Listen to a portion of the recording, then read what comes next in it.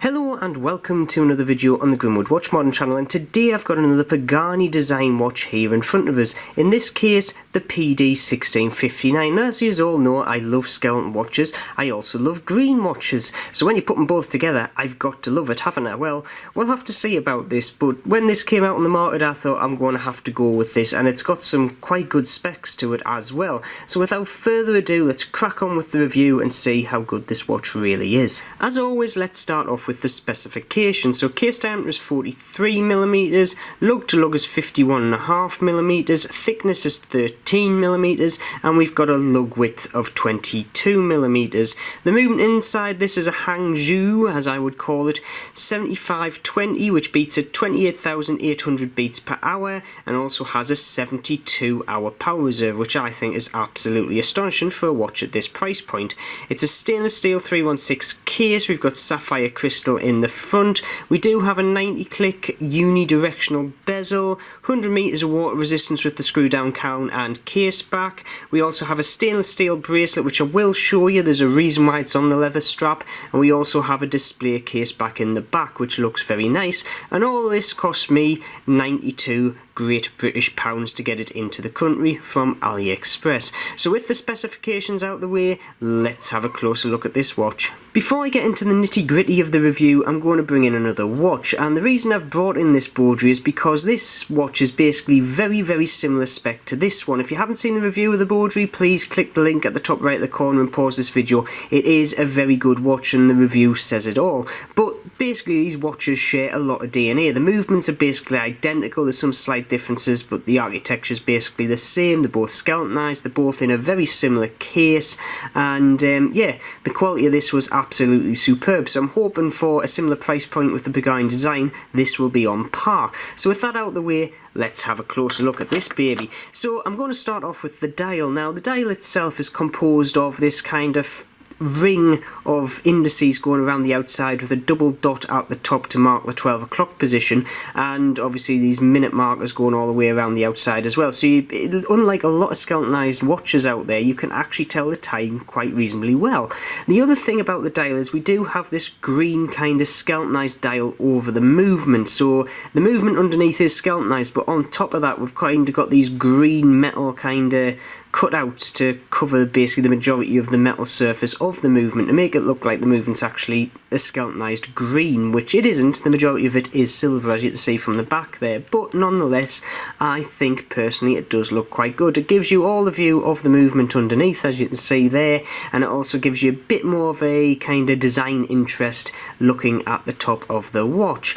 Moving up, we have the hands, which yet again traditional Pagani design. They've just copied straight off Rolex with the Rolex hand design. We've got the Merc hour hand, the nice long sword hand, and the lollipop second hand ticking around there at the 28,800 beats per minute. So it's a nice high beat movement, as we can see by the balance there, going at 50 to the dozen. It looks absolutely fantastic. Now the other thing about this watch, like I said before, the bottom of the dial we also have advertised power 3 days, and that's because this watch does actually have a 3-day power reserve, or 72 hours, and I've tested it and it actually ran out of just over 73 hours. So this movement has actually got slightly more power in it than it's advertised, which is always nice. Moving to the bezel, and this is one area of the watch which, to be honest, I quite dislike, and to be honest, it's exactly the same as the PD1639, which I reviewed a bit back. The bezel action is pretty poor. Don't get me wrong, it's more than usable, but there's a lot of spring back, as you can see there. It doesn't really lock into place, the feel of it just is not there. And the other thing is, if I just tip it on the side, there's a lot of movement on that bezel, as you can see there. It just doesn't feel quality whatsoever. We do have a ceramic insert on the top, which is nice, obviously in the Rolex style, as always with Pagani Design, and yeah, this is one of the features of the watch that does really let it down. The bezel itself is obviously sub-style, as we can see there, and the grip itself is alright, but other than that, yeah, it is a disappointment. Looking up at the sapphire crystal, which yes, it is sapphire like the majority of Pagani designs, we also have the Pagani Design logo actually printed onto the crystal, as you can see there, which yet again is a nice touch. A lot of the time you can't actually see it, it's like a ghost effect, but when you get in certain lights you can see the Pagani Design logo there quite well, so I think that is a nice little feature as well. As for the loom shot, I've compared it against my Zelos Swordfish and also the Baudry, and the Pagani design is absolutely atrocious, like most of the Chinese watches that I do get a hold of. It's one area which really does let these watches down, so in the dark you're not going to see the time after a few hours, so that is a disappointment. Moving on to the case, and yet again the finishing on this is alright. Don't get me wrong, it's not perfect. There is some graining in the polishing, as you can see there. The actual brushing on the top is alright as well. It's a bit coarse, but yet again for a watch at this price point it is alright. And moving around to the crown side, we obviously have the crown at 3 o'clock with these lovely meaty crown guards as well. The crown itself, the action of it is actually very, very nice. It's nice, it's smooth, and like I say, that movement is very responsive. Winding feels great. And obviously it's also hacking, and the setting of the movement is nice and smooth as well, so that is a bonus if I can actually wind it in. The one thing I don't like about this crown and this designer case, the actual sealing point is on this O-ring actually embedded into the case. This is quite a simplistic and old design of sealing mechanism for a crown. A lot of the newer ones actually have the seals within the crown or on the crown stem. However, it is rated to 100 meters, and sometimes the old methods are the best, so I'm not going to mark it down for that. Moving around to the back, we obviously have a display case back as well. This isn't sapphire, by the way, I have checked it, but we do have obviously a few of the specifications written around the outside, and we have a lovely view of that skeletonized dial with that lovely weight in the back. And to be honest, I actually prefer this weight over the Baudry, because the Baudry has obviously a similar movement, as we can see in the back there. However, the Baudry's is basically very garish kind of gold, which I don't particularly like too much. However, the Pagani design have just gone with this lovely skeletonized rotor on the back, and I think it suits the watch very, very well. And the case is also, or the case back I should say, is also screwed down to help with that water resistance of 100 meters. Now let's move on to the bracelet, and a lot of you are sitting there looking at the screen going, Kyle, you've gone insane, you've got it on a leather strap. And yes, I do. And this is the leather strap that didn't come with the watch. This is one I had lying around. There's a good reason why I did this. I'll just move the watch out of the shot for the moment. This is the Pagani Design bracelet it came on, and normally they are very, very good. Like the PD1659 it's copying off has screw links in the bracelet, as you can see there. It's well put together. This one's all nicely brushed as well. A lot of the modern models that Pagani are actually bringing out have got a polished centre link, and I don't like that look. So when this came out of the box, I thought, great, it's all brushed, it looks fantastic. However, first issue I had was trying to undo the clasp. This thing is literally solid. I cannot get that undone. So that was the first issue. I did get it undone eventually, but I nearly ripped my nail off trying to do it. The next thing is, by these two links here and this pin, you'll realise this is not a screw link bracelet. Now, every other Pagani design watch I have got has been a screw link bracelet. This watch actually came with a screwdriver to adjust the bracelet. And after a bit of to and fro and thinking, I can't get this screw out because the actual split link has a little kind of mark at the top that does look like a screw head and some lights, I figured it was actually a pin holding it in, so I had to hammer the pin out, adjust it, and you know, it's just a right palaver. And I think it's a bit of a downgrade, especially when you think Baudry has got the same basically specifications, but this actually has a screw bracelet, and this is for the same price as well. This is a stainless steel version. So the argument that Pagani have actually cheapened on the bracelet to put obviously a better movement in their watch, I don't think is very valid if that's the reason why they've done it. But this bracelet was that bad, and trying to take it off the wrist, I got it on, it took us an age to get it off, and like I say, it really hurt my finger doing so. So this got taken off straight away, and I put it on that leather strap. And in all honesty, the black leather strap does suit this watch very, very nicely. However, I am a bit disappointed that I can't physically wear it with the bracelet, just because I can't take it off comfortably at all. It just is a right pain in the backside. So I am sorry, I'm not going to give any wrist shots of it on the bracelet. However, it is appalling, so all the wrist shots will be done on this leather strap. So with that all said, let's actually move on to a wrist shot.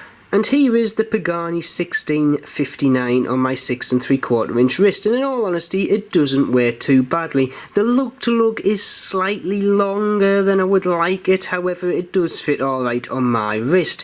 Now like I say, I don't have it on the original bracelet, I've got it on this leather strap and it fits very nicely with it, but I would have liked to seen it on the bracelet. However, what I'm going to do is I'm going to show you the 1639, which is basically exactly the same size case with a very similar bracelet, and show you how that looks instead. And there you go, here is the 1639 on the bracelet. As you can see, this is pretty much what the 1659 would look on the bracelet, just without the skeletonized dial. And in all honesty, this bracelet is very nice to wear and very comfortable, and this one I can actually unlock the clasp with one finger. The other one, like I say, it took that much effort, I actually hurt my nail doing so. So that's how it should look with a bracelet on, but I actually never got it on the wrist to try it. The other thing to note with the bracelet, the end link is fixed, so it does effectively increase the lug to lug size, so it does wear slightly bigger on the wrist with the bracelet in situ, so just keep that in mind. So with all that out the way, let's move on. So just quickly, let's have a look at the performance of this piece, and this is just a close-up view of my Timegrapher, and as we can see there, we're running at around about 22 seconds a day plus. We've got a nice amplitude of 283 degrees, and we've also got a nice beat error of 0.1 milliseconds. All that's within spec, and to be honest, for a watch that's 90 quid, that is very good indeed. And I would dare say, with a couple of minutes fiddling with that regulator, you could get this pretty much into single figures quite easily. So with that, let's move on. So, my final thoughts on the Pagani Design 1659. Well, in all honesty, I'm disappointed. That's all I'm going to say. When I saw this watch, I thought it ticked a lot of boxes on the advert. It was a skeletonized movement, high beat error, 3 days power reserve, it came in green, it's a sub-style homage on a stainless steel bracelet, and it's from Pagani Design, which, to be honest, I love. The company is great. However, when I got it through the door and tried to size it straight out the gate, it just let me down. Those push pins are horrendous to try and set. Don't get me wrong, it is doable, but at the price point I was looking for the actual screw links. And then when I got it on the wrist, the clasp was just seized solid. I couldn't get it off. It took us 3 minutes to get back off the wrist, and I hurt my nail in the process. So the bracelet got binned for a leather strap I had in my spares box, and it's been on this ever since. And the disappointing thing is, even the bezel, the action of that is horrendous. It's exactly the same as the 1639. And in all honesty, this is a 50 to 60 quid watch. I can let the bezel action slide on this, but on a watch that's closer to £100, that's where it starts to get a bit blurry lined. Now, if you're looking for a sub-homage of this size, go for the 1639. You're getting a lot more watch for your money, the same specifications, bar the movement, you've got an NH35 in there, good workhorse, and you will have no issues with it. If you are looking for a skeletonized movement of a similar design, you know, luxury watch looking, go for the Baudry. This is basically the same price as its stainless steel form on the stainless steel bracelet, which is screw link. And if you want to pay £120 a little bit extra, you can get a titanium version of this watch, and at that price, that is a steal. And these two watches basically fill the gap this watch is trying to fill, and I just think it's just missed the mark, and I'm so disappointed at that, because I wanted this to work and I wanted to like it, and I just don't. Anyway, with that said, please put in the comments, would you go for the 1659? Do you like it, or would you go for one of these two instead, or just a totally different watch because you're not into all these Chinese kind of homages? Please put in the comments below. If you have liked the video, press that like button, subscribe, press the bell button for future notifications, and as always, keep safe, and I will see you soon.